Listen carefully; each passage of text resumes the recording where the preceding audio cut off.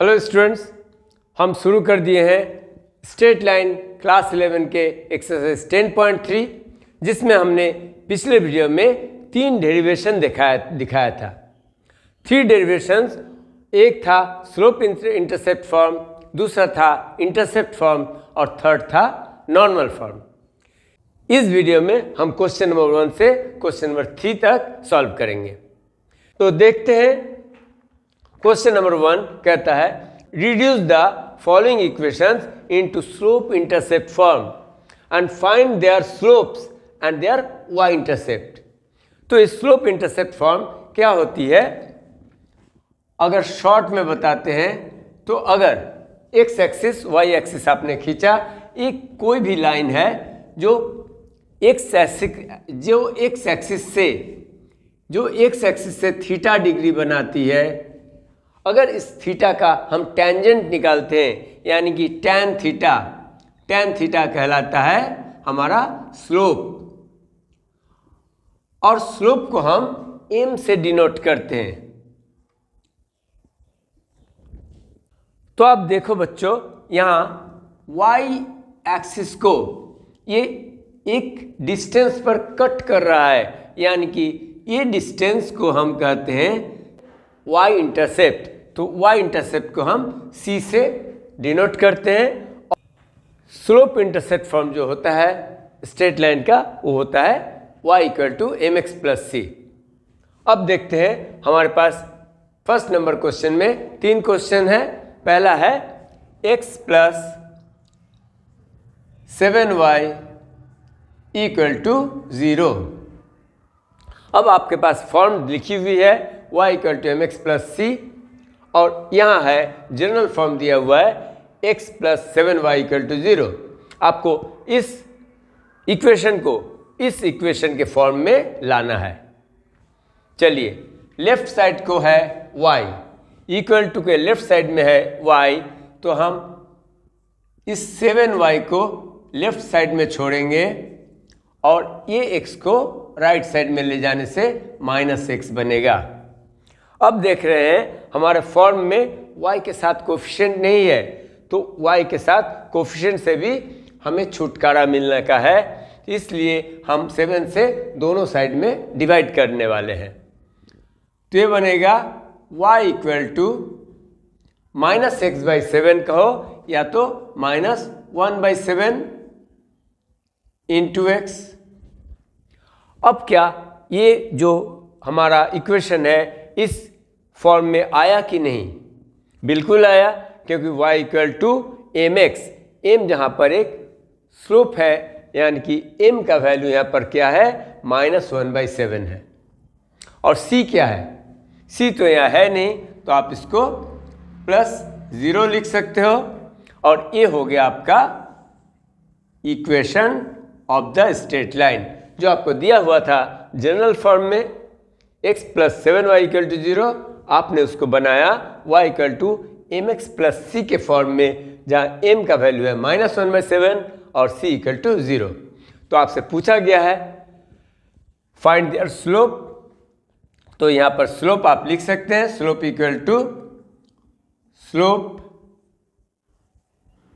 -1/7 और y intercept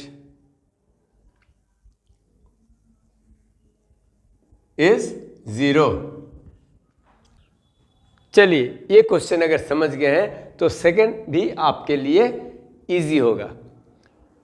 second question है 6x plus 3y minus 5 equal to 0। तो उसको भी सेम ट्रिक करना है, y कंपोनेंट को लेफ्ट में रखना है, बाकी को राइट में ट्रांसफ़र करना है। तो 3y इक्वल टू -6x और -5 इधर जाएगा तो +5। अब y के साथ 3 मल्टीप्लाइड है, इसलिए दोनों तरफ 3 से डिवाइड कर देंगे। तो 3y को 3 से डिवाइड करने से इधर रहता है y, और इधर -6/3 क्या बनेगा -2x प्लस 5 को 3 से डिवाइड करने से 5/3। यहाँ पर देख रहे हैं आप, फिर से y equal to m x plus c से अगर कंपेयर करते हैं तो एम यानी कि स्लोप इक्वल टू -2, स्लोप का वैल्यू आया -2 और वाई इंटरसेप्ट यानी कि सी equal to 5/3 units. Third equation है y इक्वल टू 0। अब फिर से y इक्वल टू 0 हमें क्या करना है, हमें तो करना है स्लोप इंटरसेप्ट फॉर्म में इसको कन्वर्ट। तो y इक्वल टू हमें मालूम है y equal to m x plus c, ये होती है स्लोप इंटरसेप्ट फॉर्म का फॉर्म। तो अब हम इसको गिवन इक्वेशन को हम किस तरह से लिख सकते हैं, 0 इंटू एक्स प्लस 0 लिख सकते हैं, क्योंकि 0 से x का मल्टीप्लाई करो तो 0 प्लस 0, 0 से ऐड करो तो फिर टोटल 0। तो ये बन गया हमारा y equal to m x plus c के फॉर्म में, जहाँ पर हमारा m क्या है यानी कि स्लोप है 0 और c यानी कि y इंटरसेप्ट ये भी है हमारा 0।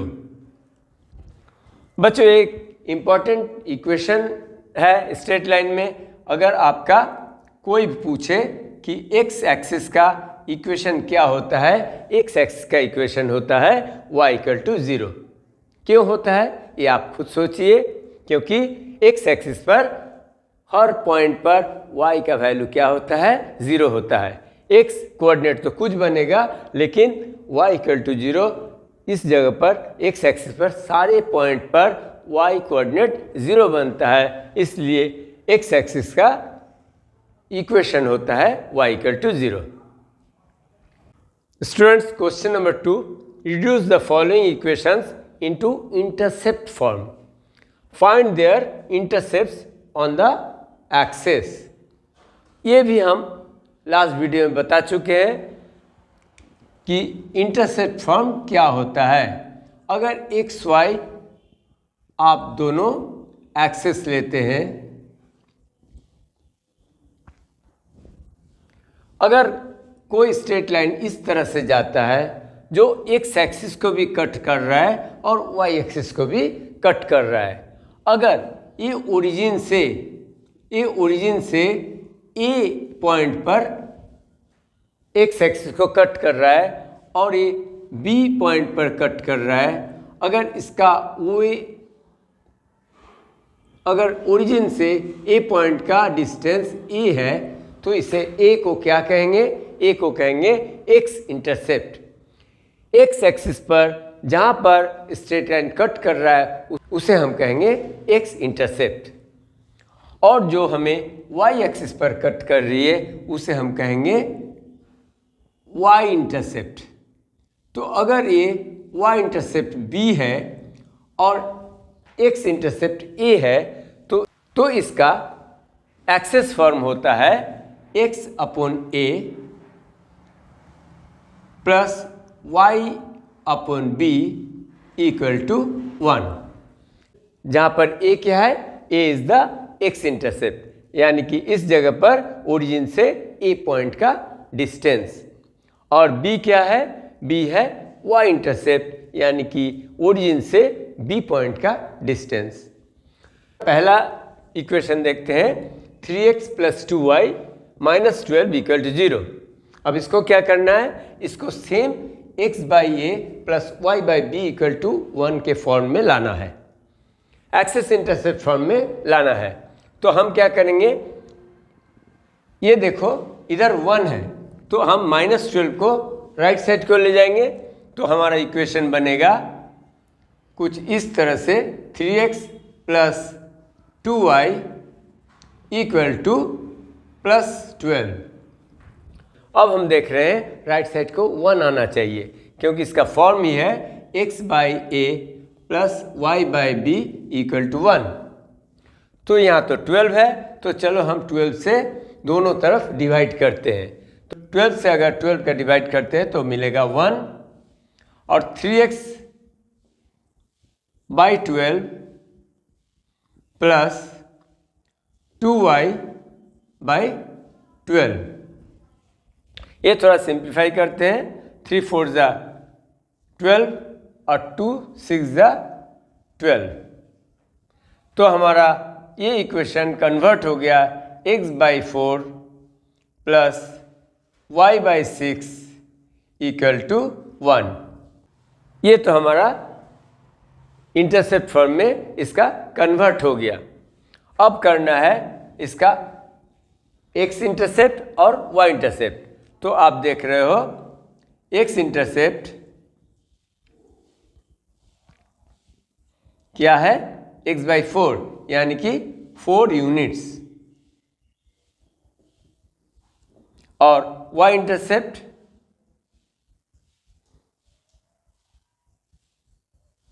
Is 6 units. चलो सेकेंड इक्वेशन है 4x minus 3y equal to 6। यहाँ भी देख रहे हैं राइट साइड को 6 है।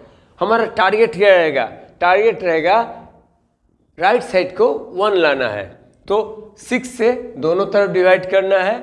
तो हम लिखेंगे 4x/6 minus 3y/6 equal to 1। अब हम इसको सिंप्लीफाई करते हैं।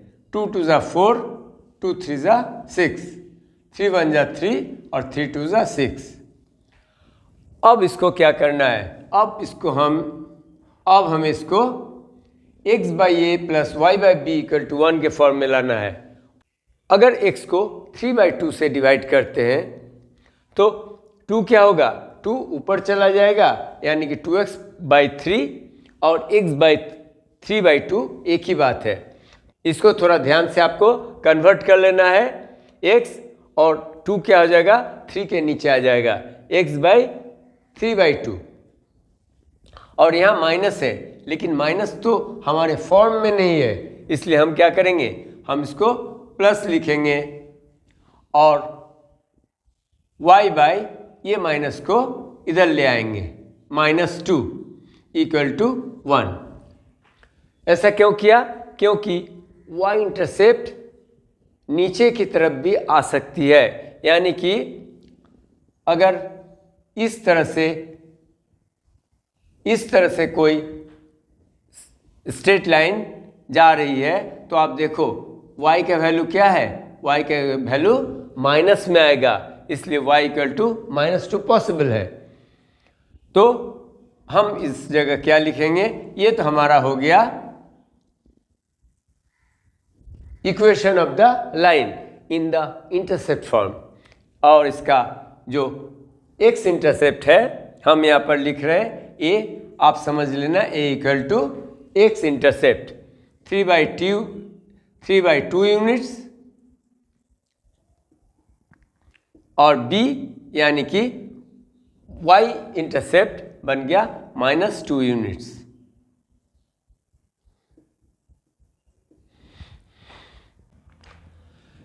चलो हमारा थर्ड इक्वेशन है 3y + 2 = 0। सो इसको भी हम एक्सिस इंटरसेप्ट फॉर्म में कन्वर्ट करते हैं। तो 2 को राइट साइड को लेके जाना पड़ेगा, तो इधर 3y और 2 को इधर ले जाएंगे तो -2। अब राइट साइड को -2 है तो -2 से दोनों तरफ डिवाइड करते हैं, तो 3y/-2 = -2/-2 यानी कि 1। अब इसको हम किस तरह से 3 को नीचे ले जाएंगे ये आपने ये सब में देख चुके हैं, क्योंकि 2x/3 को हमने जब 2 को नीचे लेके गया 3/2 लिखा, तो यहाँ पर क्या करेंगे? यहाँ पर y/-2/3 ये y के नीचे आ जाएगा = 1। ये हमारा बन गया स्ट्रेट लाइन का इक्वेशन, जिसका इक्वेशन जनरल फॉर्म में दी हुई थी 3y + 2 = 0। अब आप बोल सकते हैं यहाँ x इंटरसेप्ट है कहाँ? x इंटरसेप्ट नहीं है। सो आप क्या लिखेंगे? ये तो आपका इक्वेशन बन गया। आप लिखेंगे y intercept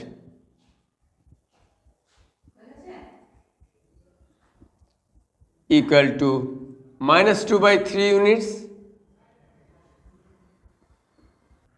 no x intercept.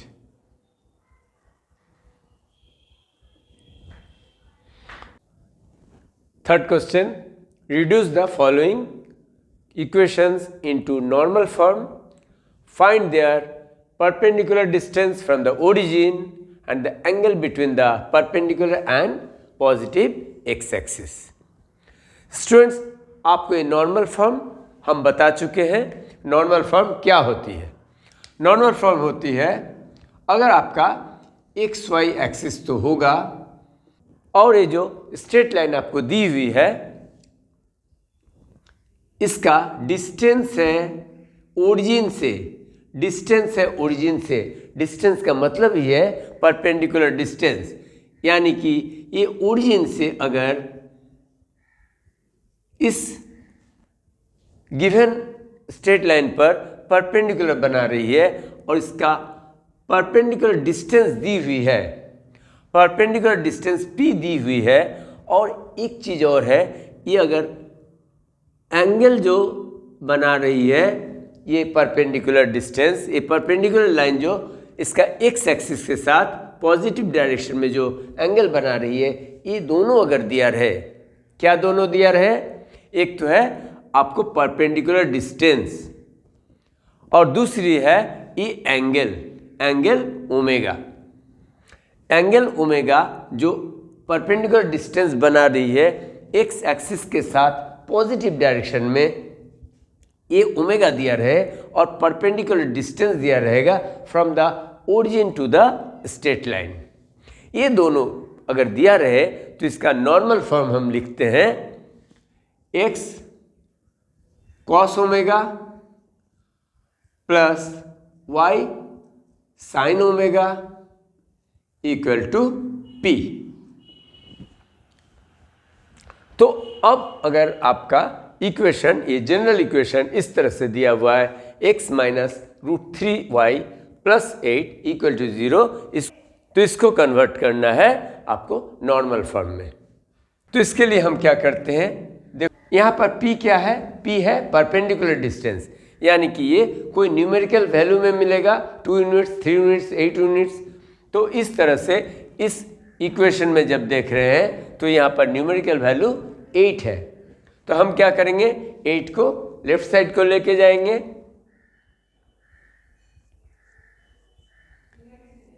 x minus √3y equal to -8। अब परपेंडिकुलर डिस्टेंस नेगेटिव में तो नहीं आएगा, इसलिए क्या करते हैं, दोनों तरफ -1 से मल्टीप्लाई कर देते हैं।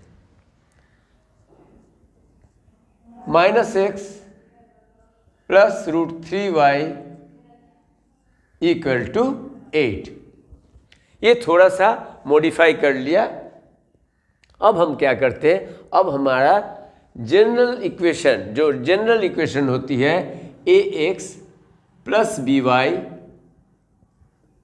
प्लस c इक्वल टू 0, इसके साथ इसको हम कंपेयर करते हैं। ये स्टेप काफ़ी इम्पॉर्टेंट है इस सवाल को करने के लिए, इसके बगैर आपका नॉर्मल फॉर्म ठीक से नहीं बनने वाला है। तो ये चीज़ को आप अच्छा से समझ लो। ये जो ax plus by plus c equal to 0, यानी कि यहाँ पर देख रहे हैं a का वैल्यू क्या है, a का वैल्यू है -1। कैसे समझा -1?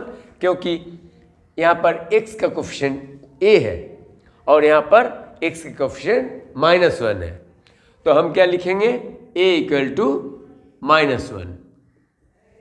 और b को आप पहचानो, b क्या है, y का कोफिशिएंट है, इसलिए यहाँ पर y का कोफिशिएंट √3 है, तो यहाँ पर हम b क्या लिखेंगे, √3। अब हम इसका निकालते हैं √a² प्लस b²। a का वैल्यू है -1, तो -1 का होल स्क्वायर प्लस b का वैल्यू है √3, सो √3 का होल स्क्वायर। -1 का स्क्वायर +1 प्लस √3 का स्क्वायर 3, तो 1 + 3 4 और 4 का स्क्वायर रूट बनेगा 2।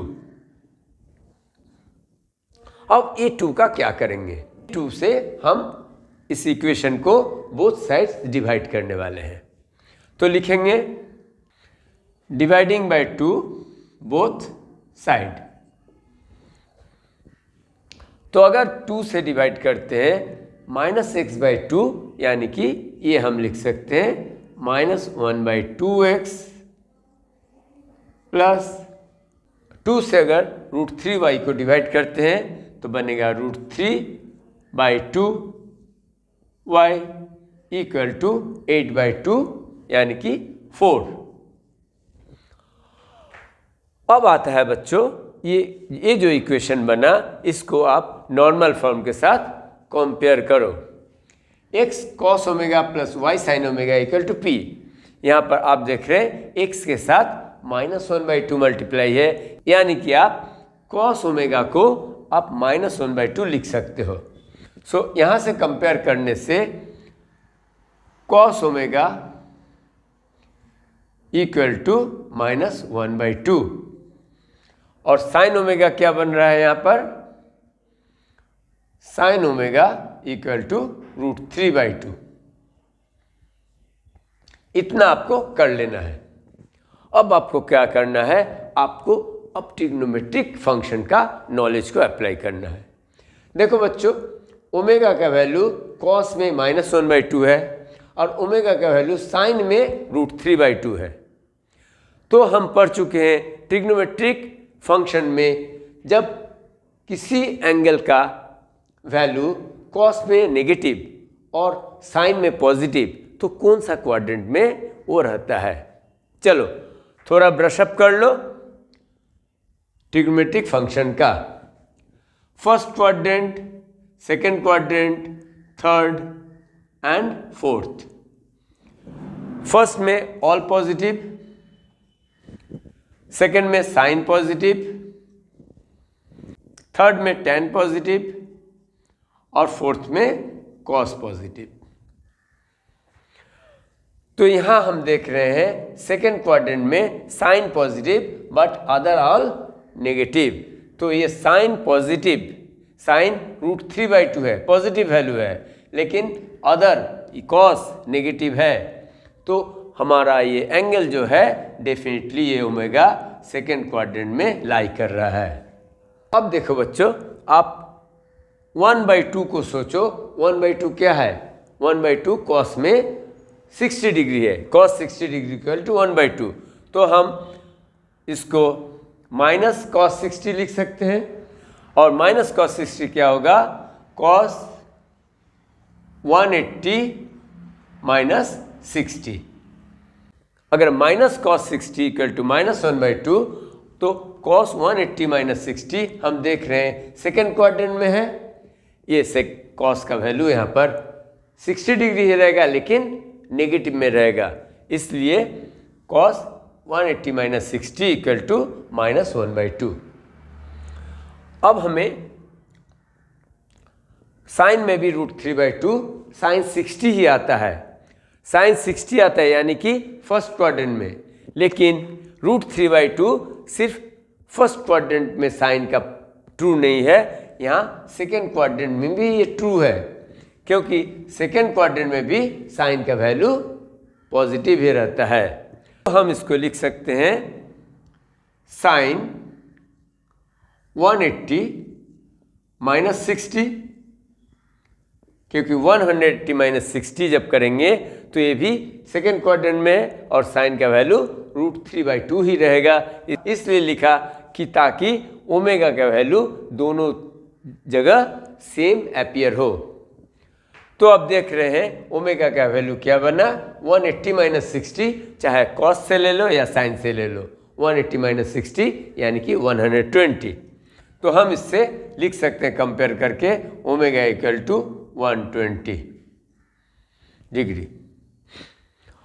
अब क्या? अब आपको करना है x cos omega plus y sin omega equal to p के फॉर्म में लिखना है। तो आप लिखो x cos 120 डिग्री प्लस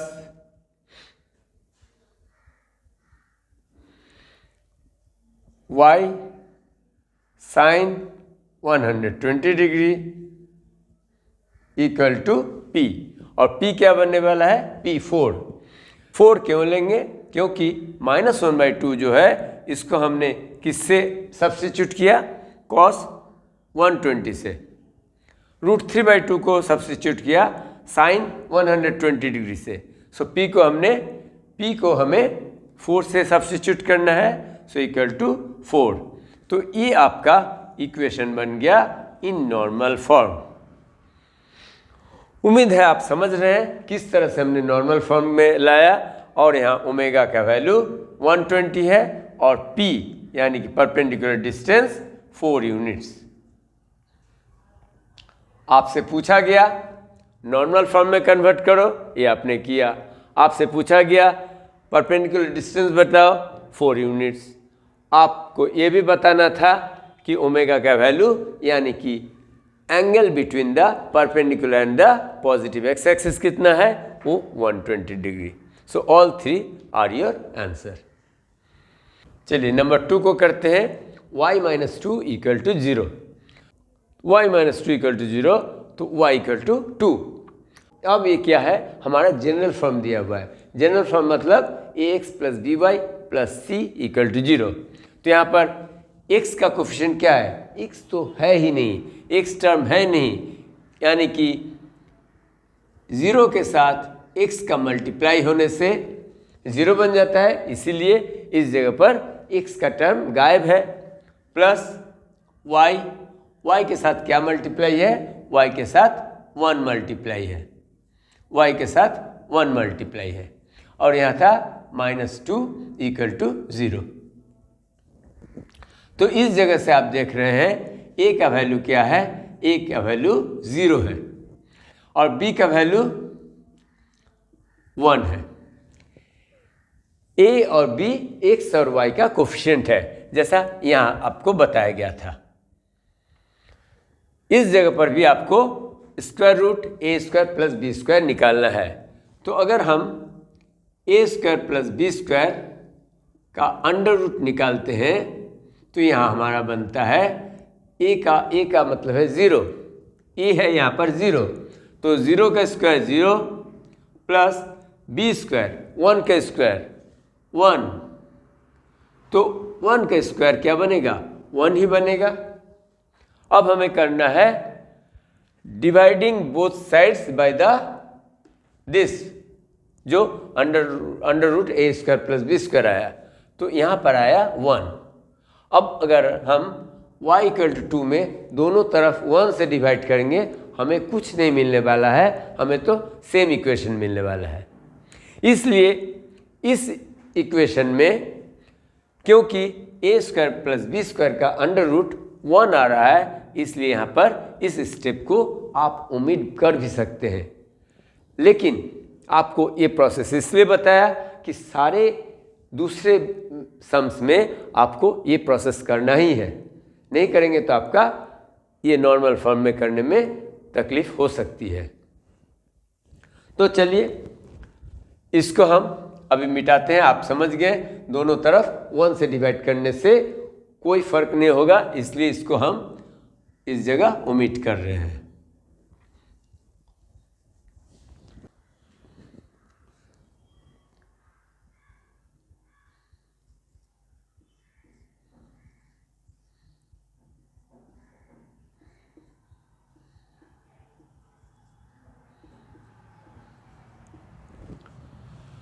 तो फिर से हमने 0 × x यानी कि 0, x के टर्म 0 है, प्लस 1 × y = 2 लिख दिया। ऐसा इसलिए लिखा कि हमें अभी इस इक्वेशन को कंपेयर करना है x cos ω plus y sin ω = p के साथ। तो यहाँ पर x cos ω की जगह 0 है, तो हम लिखेंगे cos ω = 0 और साइन ओमेगा की जगह है 1, तो साइन ओमेगा इक्वल टू 1। अब आपको सोचना है ट्रिग्नोमेट्री में कौन सा एंगल है जिसके लिए साइन का वैल्यू 1 है और कॉस का वैल्यू 0 है। तो आप शायद यहाँ आसानी से पहचान पा रहे हैं, क्योंकि cos 90 इक्वल टू 0 और sin 90 इक्वल टू 1। तो इसलिए इस जगह पर आपको ज़्यादा परेशानी नहीं होगा, cos 90 डिग्री और यहाँ पर sin 90 डिग्री। तो दोनों जगह क्या देख रहे हैं? दोनों जगह देख रहे हैं ओमेगा का वैल्यू 90 डिग्री है। तो आपने पहचान लिया ओमेगा इक्वल टू 90 डिग्री। अब आपके लिए ये इक्वेशन लिखना आसान है। x cos omega cos 90 degree plus y sin omega यानी कि 90 डिग्री इक्वल टू p। और p क्या है? p है 2। ये बार बार बता रहे हैं 2 हमने क्यों लिया, क्योंकि इस 0 को हमने cos 90 से सब्स्टिट्यूट किया और 1 को हमने sin 90 से सब्स्टिट्यूट किया। तो p के जगह पर क्या रखेंगे हम? 2। p के जगह पर हम 2 रखने वाले हैं। तो ये हमारा इसका नॉर्मल फॉर्म बन गया और ओमेगा इक्वल टू 90 डिग्री और p equal to 2 units. p equal to 2 units.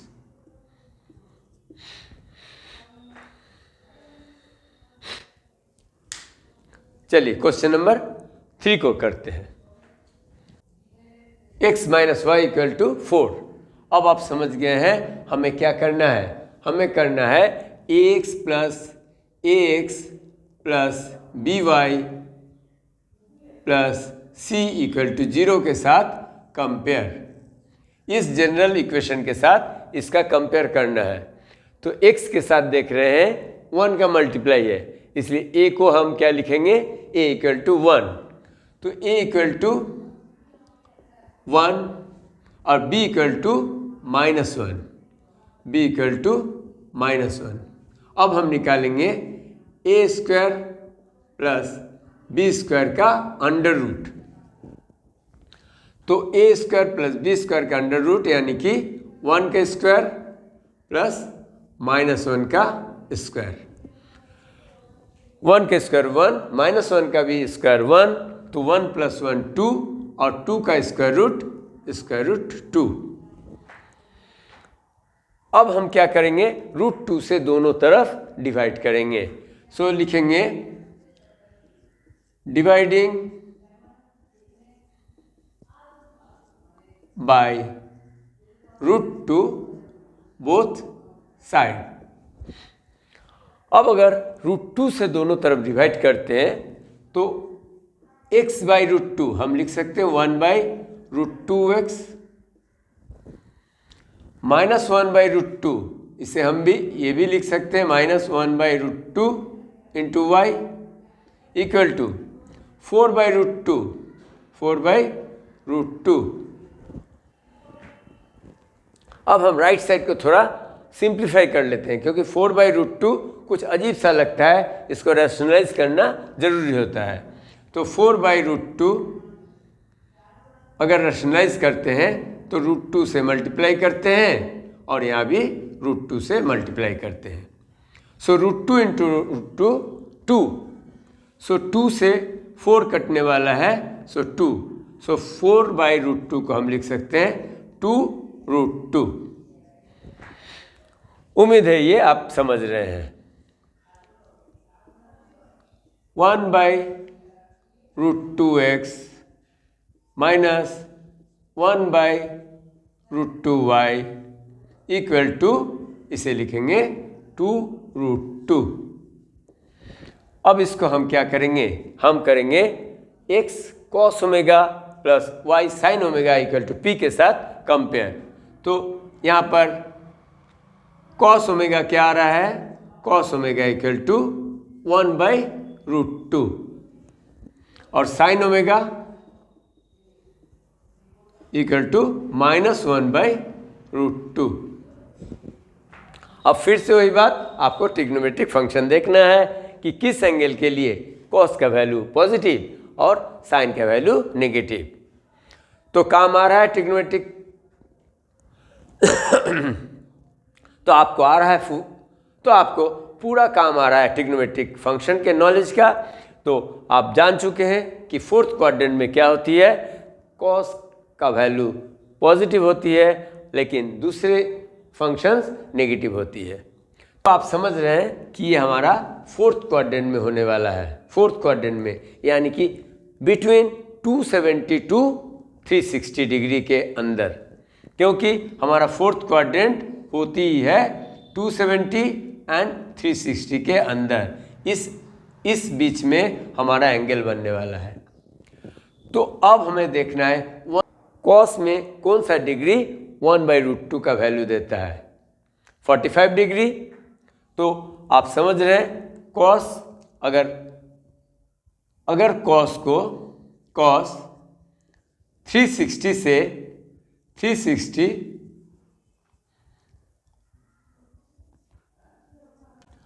अगर कॉस 360 माइनस 45 करते हैं तो क्या होगा, 360 माइनस 45 फोर्थ क्वाड्रेंट में 360 माइनस 45 क्या बनने वाला है, कॉस 45 डिग्री।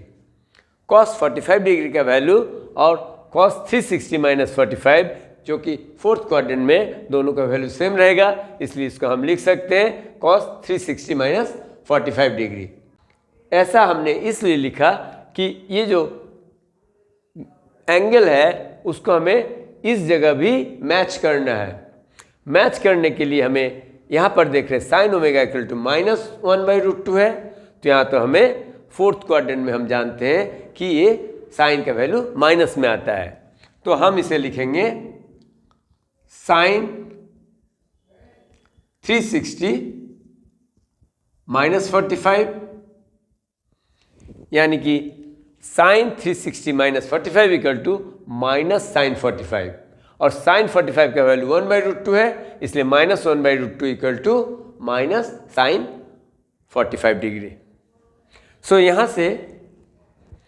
से आपको ओमेगा का वैल्यू अभी साफ साफ पता चल रहा है, cos omega equal to cos 360 minus 45, और साइन में भी सेम दिखा रहा है।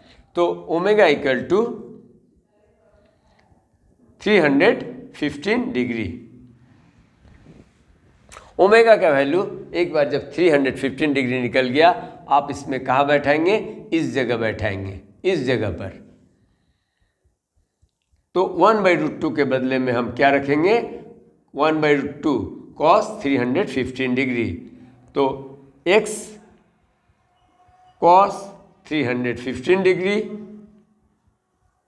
प्लस y साइन ओमेगा, और साइन ओमेगा के जगह पर हम -1/√2 को रिप्लेस करेंगे साइन 315 डिग्री से, इक्वल टू p, और p क्या है 2√2।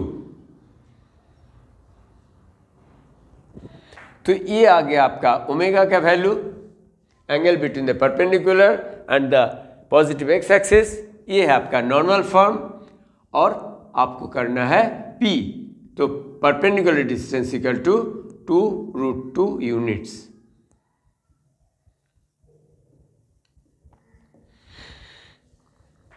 उम्मीद है आपने समझ पाया।